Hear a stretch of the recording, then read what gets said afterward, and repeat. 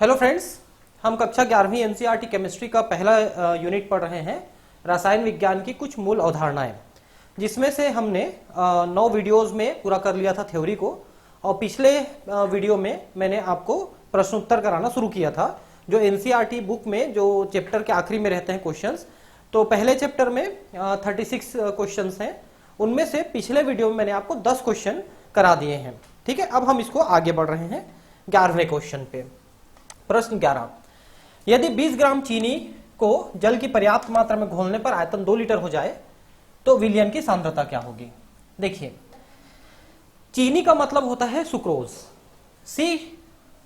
C12H22O11, ये print mistake है। ठीक है, C12 है ये ना, C12H22O11 के 20 ग्राम आपने लिए और 2 लीटर बनाए। तो आप ये सोचिए कि अगर 1 लीटर बनाना रहता तो हम 10 ग्राम लेते हैं, मतलब 10 ग्राम 1 लीटर में घुला है। आप पहले इसका मोलर द्रव्यमान निकालिए। ठीक है, तो मोलर द्रव्यमान कैसे निकालेंगे? कार्बन के 12 है, हाइड्रोजन के 22 है, ऑक्सीजन के 11 है। तो आप इनके परमाणु द्रव्यमान के साथ इनका गुणा करिए, 12-12, और ये जो हाइड्रोजन है 1 रहता है। ठीक है, और ऑक्सीजन का 11 है, 16 है। ठीक है, तो इनको आपने गुणा कर दिया तो 342 ग्राम आया। ठीक है, 342 ग्राम पर मोल आया है उत्तर। मतलब यह है कि अगर आप 342 ग्राम को 1 लीटर में घोलेंगे तो 1 मोल बनेगा, लेकिन यहां पर घुला है 10 ग्राम 1 लीटर में, क्योंकि 2 लीटर में है ना 20 ग्राम। तो 342 ग्राम से 1 मोल होता तो 10 ग्राम से कितना हुआ? ठीक है, उसी को निकालना है।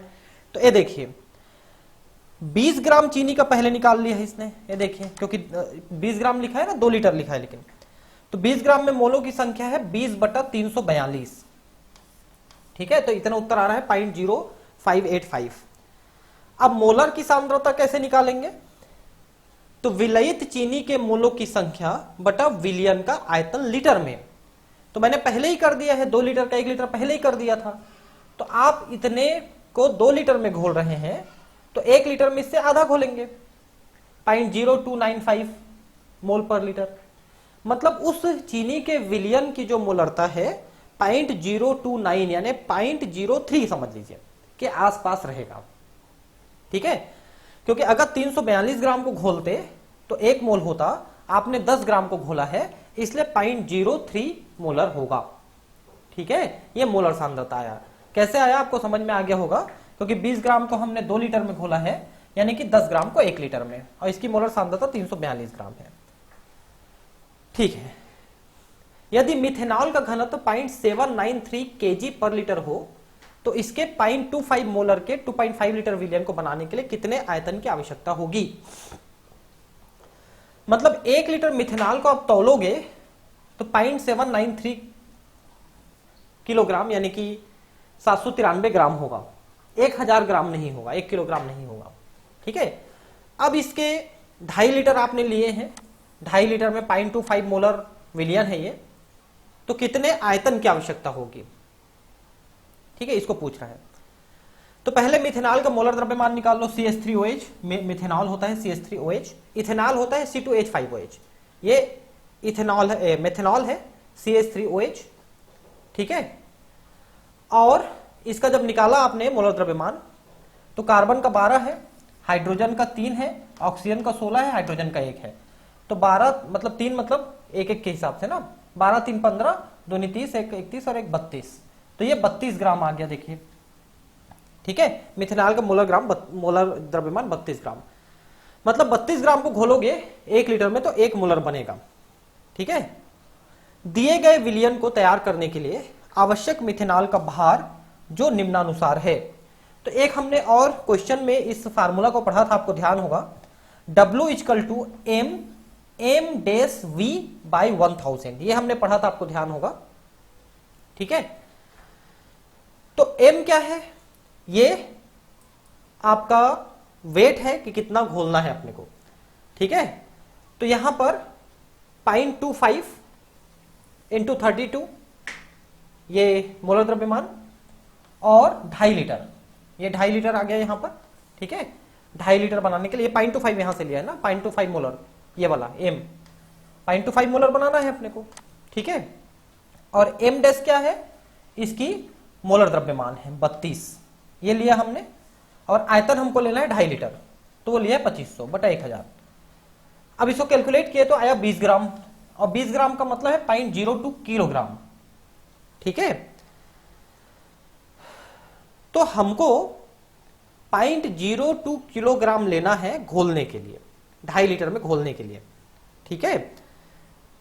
तो चूंकि 0.793 किलोग्राम मिथेनॉल प्रतिदर्श के 1 लीटर में उपस्थित है, इसलिए 0.02 किलोग्राम मिथेनॉल उपस्थित होगी इतने प्रतिदर्श में। देखिए कैसे निकाला, 0.793 1 लीटर में उपस्थित है, ठीक है। तो 2.5 लीटर में कितना उपस्थित होगा, 0.02 ग्राम। ये देखिए 1/0.793 इंटू 0.02, मतलब क्या हुआ, देखिए इसमें कुल मिला के ये है कि 1 लीटर में इतना उपस्थित है, ये हमने देख लिया। तो 0.02 किलोग्राम कितने में उपस्थित होगा, यही तो निकालना है ना, समझ पा रहे हैं आप। तो 25.22 मिलीलीटर प्रतिदर्श में निकालना है ना। अतः आवश्यक मिथेनॉल प्रतिदर्श का आयतन 25.22 मिलीलीटर होगा, ठीक है। हालांकि इस टाइप का क्वेश्चन थोड़ा कम ही आता है 11th के एनुअल एग्जाम में, फिर भी आप ये फार्मूला याद रखेंगे तो आपका ये क्वेश्चन बन जाएगा, ठीक है। नेक्स्ट प्रश्न है, दाब को प्रति इकाई क्षेत्रफल लगने वाले बल के रूप में परिभाषित किया जाता है। दाब का एसआई मात्रक पास्कल नीचे दिया गया है, 1 पास्कल बराबर 1 न्यूटन पर मीटर स्क्वायर। यदि समुद्र तल पर हवा का द्रव्यमान 1034 यानी 1034 ग्राम पर सेंटीमीटर स्क्वायर हो तो पास्कल में दाब का परिकलन करें। देखिए समुद्र तल पर हवा का द्रव्यमान इतना है ग्राम प्रति सेंटीमीटर स्क्वायर, मतलब 1 सेंटीमीटर स्क्वायर एरिया में 1 सेंटीमीटर स्क्वायर एरिया में इसका वजन जो रहता है हवा का वो 1034 ग्राम है, मतलब 1 किलो से थोड़ा ऊपर है। तो इसका दाब पास्कल में निकालना है आपको, ठीक है। तो उत्तर है जैसा हमने यहां पर लिखा है, दाब को प्रति इकाई क्षेत्रफल लगने वाले बल के रूप में परिभाषित किया गया है। तो समुद्र पर हवा का दाब कितना होगा, देखिए तो हम इसमें ग्रेविटेशन को इंटू करेंगे, 9.8 को इंटू करेंगे, ठीक है। तो ये हो गया जो द्रव्यमान है, ठीक है, इंटू ग्रेविटेशन। तो 1034 गुणित 9.8, ठीक है। ये देखिए m बराबर 9.8, m बराबर 1034 पहले से दिया है, तो इसको हम किलोग्राम में लिखें तो 1.034 आएगा। ये ग्राम में दिया है तो किलोग्राम में 1 किलोग्राम के आसपास। और ग्रेविटेशन जो है 9.8 मीटर पर स्क्वायर है ना, तो ये थोड़ा प्रिंट मिस्टेक है यहाँ पर, ठीक है। दोनों को हमको लेना है ना, ये पहले सीजीएस पद्धति में दिया है, दोनों को सीजीएस में दिया है, तो एसआई में लिखेंगे तो 1 पॉइंट हो जाएगा, 9 पॉइंट हो जाएगा, ठीक है। तो अब देखिए यहां पर जो फार्मूला है दाब इक्वल टू भार बटा क्षेत्रफल, ठीक है। तो जब हमने इसका गुणा किया, इसका इसके साथ गुणा किया यहां पर, ठीक है, तो आपको उत्तर आया 10.1332 है ना। इसको गुणा करेंगे तो सीजीएस में आएगा, इसको गुणा करेंगे तो एसआई में आएगा, उसी को गुणा किया हमने। तो 10.1332 आया भार, और क्षेत्रफल 10⁻⁻4 मीटर स्क्वायर, क्योंकि वहां पर हमने जो क्षेत्रफल है वो 1 स्क्वायर सेंटीमीटर में लिखा था, अब हमको मीटर में लिखना है, ठीक है। तो मीटर में 10⁻⁻4 हो जाएगा। 1 स्क्वायर सेंटीमीटर का अगर हम मीटर में कन्वर्ट करें, 1000 से भाग देंगे तो 100 से भाग देंगे तो -4 आ जाएगा। तो यहां पर दाब इक्वल टू, इसको जब हमने कैलकुलेट किया तो इतना आया, ठीक है। ये जो 10 टू पावर -4 है ये ऊपर जाके +4 हो जाएगा ना।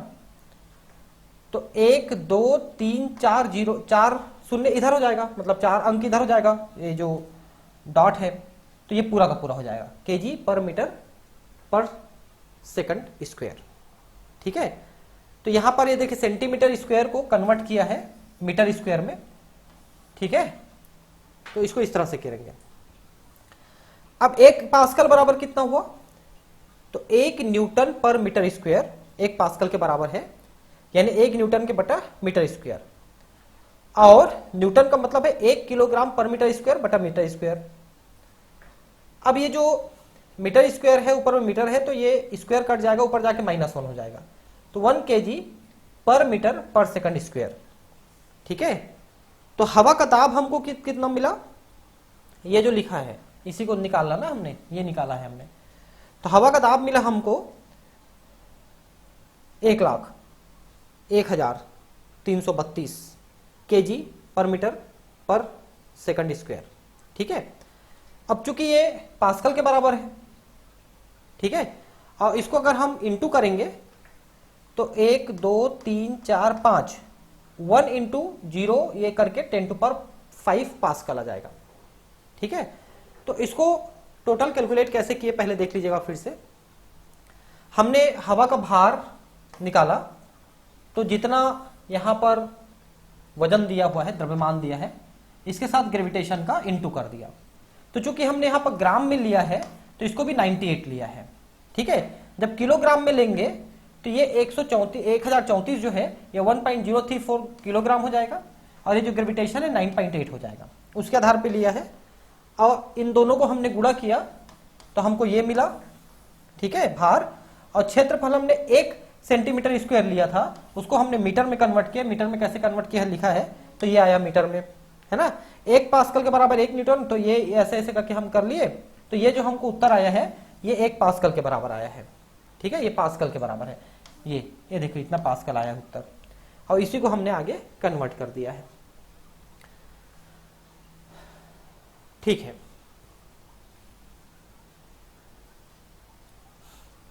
द्रव्यमान का एसआई मात्रक क्या है, इसे किस प्रकार परिभाषित किया जाता है। ठीक है, तो उत्तर देखिए, द्रव्यमान का एसआई मात्रक किलोग्राम है, ये तो आपको पता है। और ये 1 किलोग्राम कैसे है, किससे परिभाषित किया जाता है, तो पेरिस के लैब में प्लेटिनम इरिडियम का एक मिश्र धातु का बना हुआ छड़ रखा है। मिश्र धातु की एक विशेष छड़ रखी है और इसका द्रव्यमान 1 किलोग्राम के बराबर मानी जाती है। और इसी छड़ में ऐसे 2 डॉट लगे हुए हैं, इसी के बीच का डिस्टेंस 1 मीटर माना जाता है। ये हालांकि 1 मीटर वाला जो डेफिनेशन है ये पुराना डेफिनेशन है प्लेटिनम इरिडियम छड़ का। आजकल वो प्रकाश की जो तय की गई दूरी है उसके आधार पर निकाला जाता है। 1 सेकंड में वो 3 लाख किलोमीटर चलता है, तो 1 मीटर चलने में कितना समय लगाता है ना, तो वो उसके हिसाब से निकाला जाता है दूरी को। लेकिन अभी भी फिलहाल उसी को हम एवरेज मान लेते हैं। तो 0 डिग्री सेल्सियस पे रखा गया है प्लेटिनम इरिडियम की छड़, और उसी का जो वजन है वही 1 किलोग्राम के बराबर माना जाता है, और किलोग्राम इसका एसआई मात्रक है। तो मतलब हम लोग अपना जो वजन निकालते हैं उसमें हम द्रव्यमान निकालते हैं, भार नहीं निकालते, ध्यान रखेंगे आप। अब यहां पर है निम्नलिखित पूर्ण लग्नों को उनके गुणांकों के साथ मिलाइए लिखा है। ठीक है, तो माइक्रो, डेका, मेगा, गीगा और फेम्टो। तो ये माइक्रो वाला है 10 टू पावर -6, ये माइक्रो है। डेका जो है ये 10 वाला है। ठीक है, मेगा का मतलब ये 6 वाला है, यहां पर गलत छपा है, थोड़ा सा ध्यान रखना। ये देखिए माइक्रो का ठीक है, मेगा का ठीक है, डेका का ठीक है, मेगा का है 10 टू पावर 6, इसको थोड़ा करेक्ट कर लेंगे। ठीक है, ये एनसीईआरटी मैंने जहां से लिया है उसी में थोड़ा प्रिंट मिस्टेक है।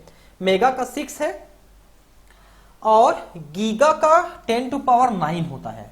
ठीक है, गीगा का 10 टू पावर 9 है ना, और फेम्टो का है 10 टू पावर -15।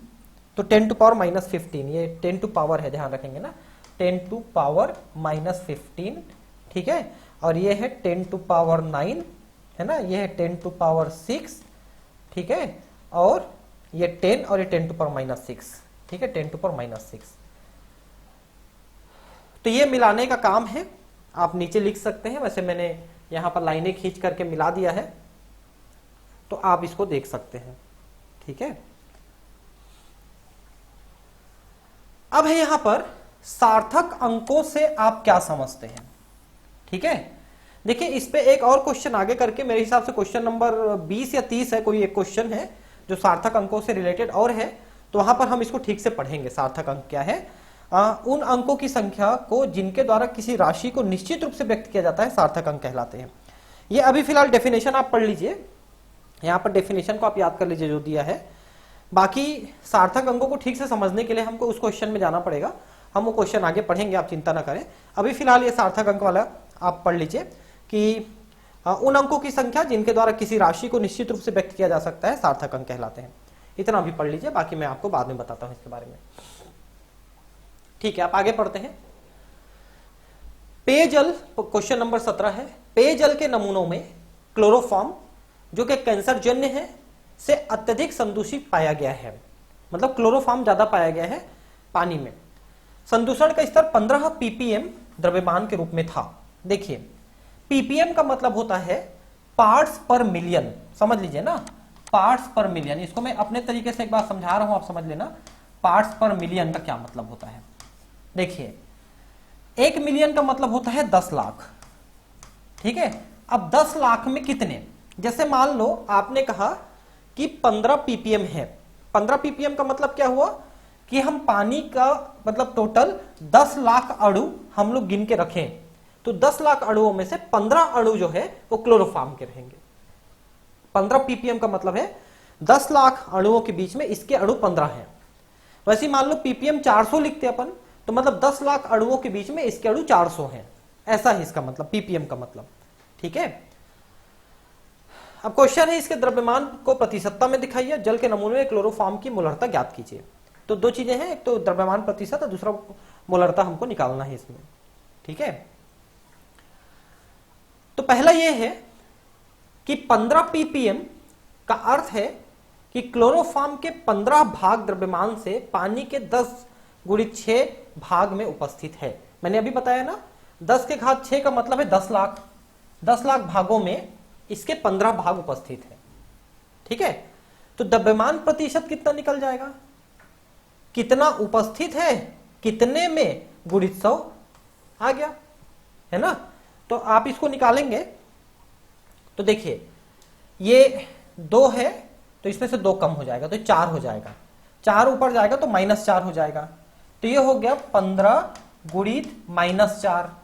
समझ रहे हैं आप, अगर इतने को कैलकुलेट करोगे तो 15 के भागित 10 के घात 4 बचा, 2 यहां से कट गया, तो 10 के घात 4 को ऊपर ले जाओगे तो -4 हो जाएगा। आपको पता है ना कि नीचे में जो चिन्ह रहता है 10 के घात में, ऊपर जाके वो चिन्ह उलट जाता है। जैसे नीचे में 10 के घात 6 है तो ऊपर जाके -6 हो जाएगा, नीचे में 10 के घात -6 रहता तो ऊपर जाके 6 हो जाता। जैसे हमने इससे पहले वाले में पढ़ा था, उसको बताना भूल गया मैं आपको कैसे होता है, कोई बात नहीं है। तो 15 गुणित 10 के घात -4 हो रहा है, अगर दशमलव यहां पर लगा दें तो ये -3 हो जाएगा। तो वैसे ये देखिए -3, तो 1.5 ये लिखा है, 1.5 गुणित 10 के घात -3 लिखा है, ये प्रतिशत आया, द्रव्यमान प्रतिशत। ठीक है, अब क्लोरोफॉर्म का दूसरा यहां पर मोलरता निकालना है, उस पानी में कितना मोलरता है। तो CaCl3 ये क्लोरोफॉर्म का फार्मूला है, ये तो आपको पता ही होगा। इसका जब हम मोलर द्रव्यमान निकालते हैं तो 12, 1 13 और 13 और 12 हो गया, सॉरी 35, 35.5 है ना क्लोरोफॉर्म Cl3 35.5 होता है, तो 35.5 गुणित 3 कर देंगे और 12, 1 13 कर देंगे, तो टोटल हो गया 119.5। ठीक है, अगर इतना ग्राम 1 लीटर में घुला रहेगा तो वो 1 मोलर होगा, इसका ये मतलब है। ठीक है, अब इसमें कितना लिखा है, 15 ppm है मात्र। ठीक है, तो ये देखिए 15 ppm का मतलब क्या हुआ कि 10 के घात 6 ग्राम हम लेते हैं तो उसमें 15 ग्राम है, उस प्रतिदर्श में, उस प्रतिदर्श का मतलब सैंपल में, मतलब टोटल हम सॉल्यूशन को इतने ग्राम तौल के लेते हैं तो उसमें क्लोरोफॉर्म इतने ग्राम है। ठीक है, तो 10 के घात 3 में कितने रहेंगे, तो 10 की घात 3 में इतना रहेगा। आप ये तो निकाल सकते हैं ना, इतना तो कैलकुलेट कर सकते हैं। तो ये 3 बचा, ऊपर गया तो -3 हो गया, और 1.5 जो -2 हुआ, 1.5 गुणी 10⁻² ग्राम, ये हुआ 1 किलोग्राम में। ठीक है, 1 किलोग्राम या 1 लीटर पानी में इतने ग्राम उपस्थित है। अगर मान लो ये 119 ग्राम रहता तो 1 मोलर होता, लेकिन ये सिर्फ इतना ग्राम है, इसलिए ये कितना हुआ, तो 1.5 गुणी 10 के घात -2 बटा 119 करेंगे तो इतना मोल उपस्थित है 1 लीटर में, मतलब इतना मोलर द्रव्यमान, इसका मोललता इतना हुआ। ठीक है, ये देखिए इतना मोललता हुआ, 1.255 10⁻⁻4 मोललता हुई इसकी। फिर से एक बार बता दे रहा हूं, द्रव्यमान प्रतिशत निकालना है तो 15 उपस्थित है 10 के घात 6 में, तो प्रतिशत हुआ 1.5 गुणी 10 के घात -3।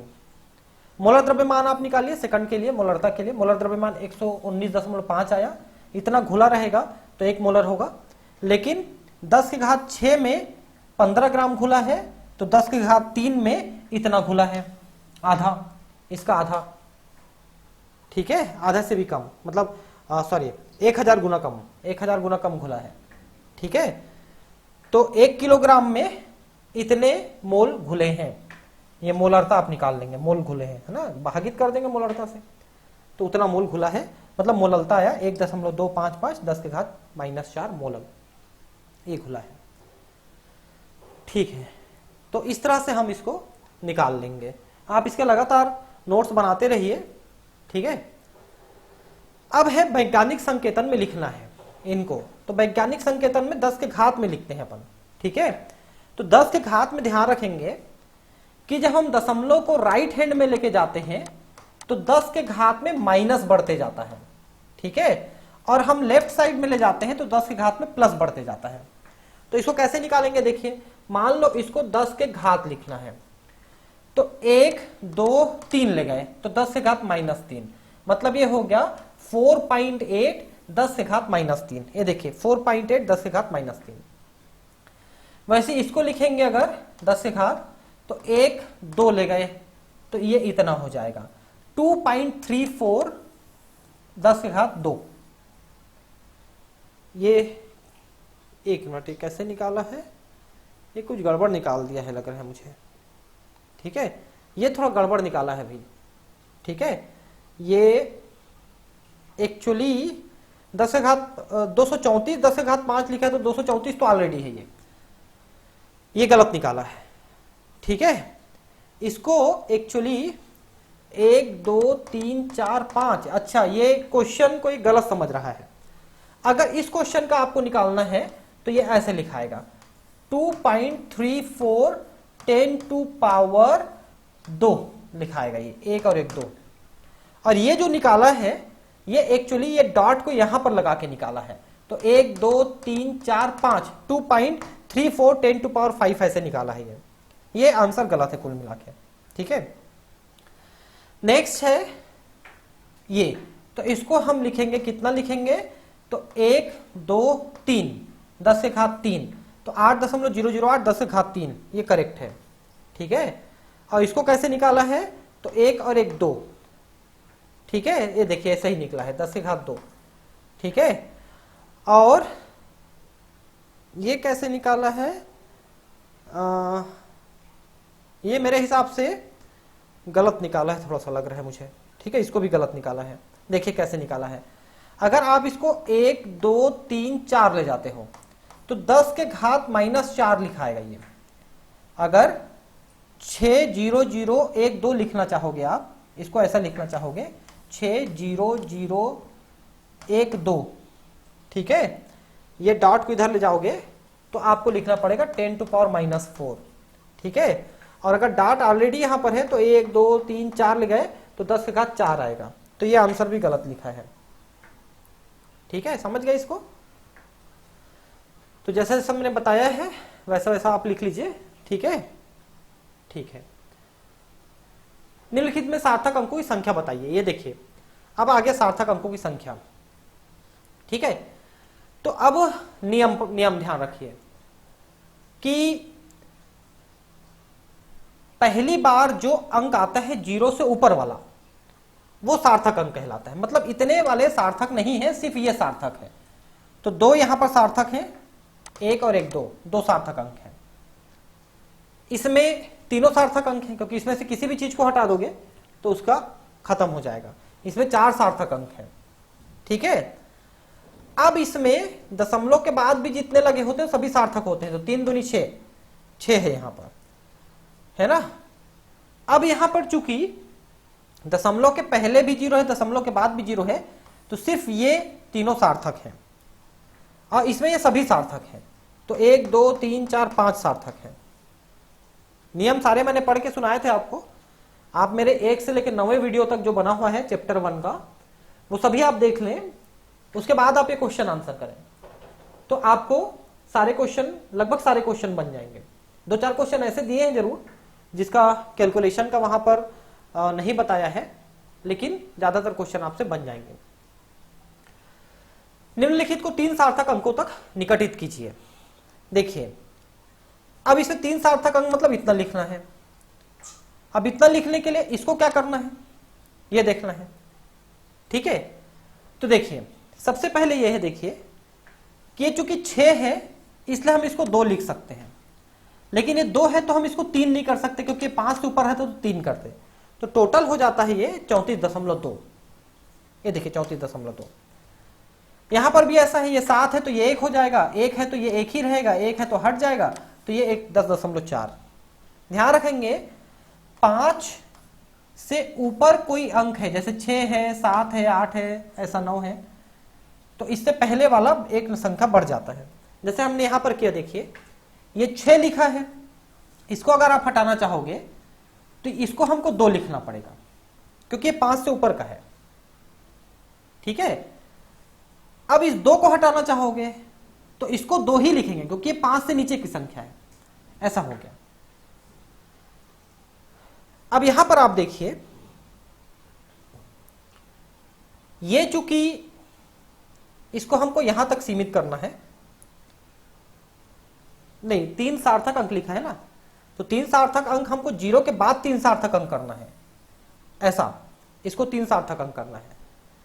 तो अगर इस 7 को हटा रहे हो तो ये 6 हो जाएगा, तो 4 5 6, क्योंकि दशमलव के बाद 0 वाले सार्थक अंक नहीं होते, तो सार्थक अंक अगले 3 वाले होंगे, तो 3 सार्थक अंक हो गए, ठीक है। अब इसमें देखिए इसको आप कैसे करोगे, 3 सार्थक अंक कैसे लिखोगे।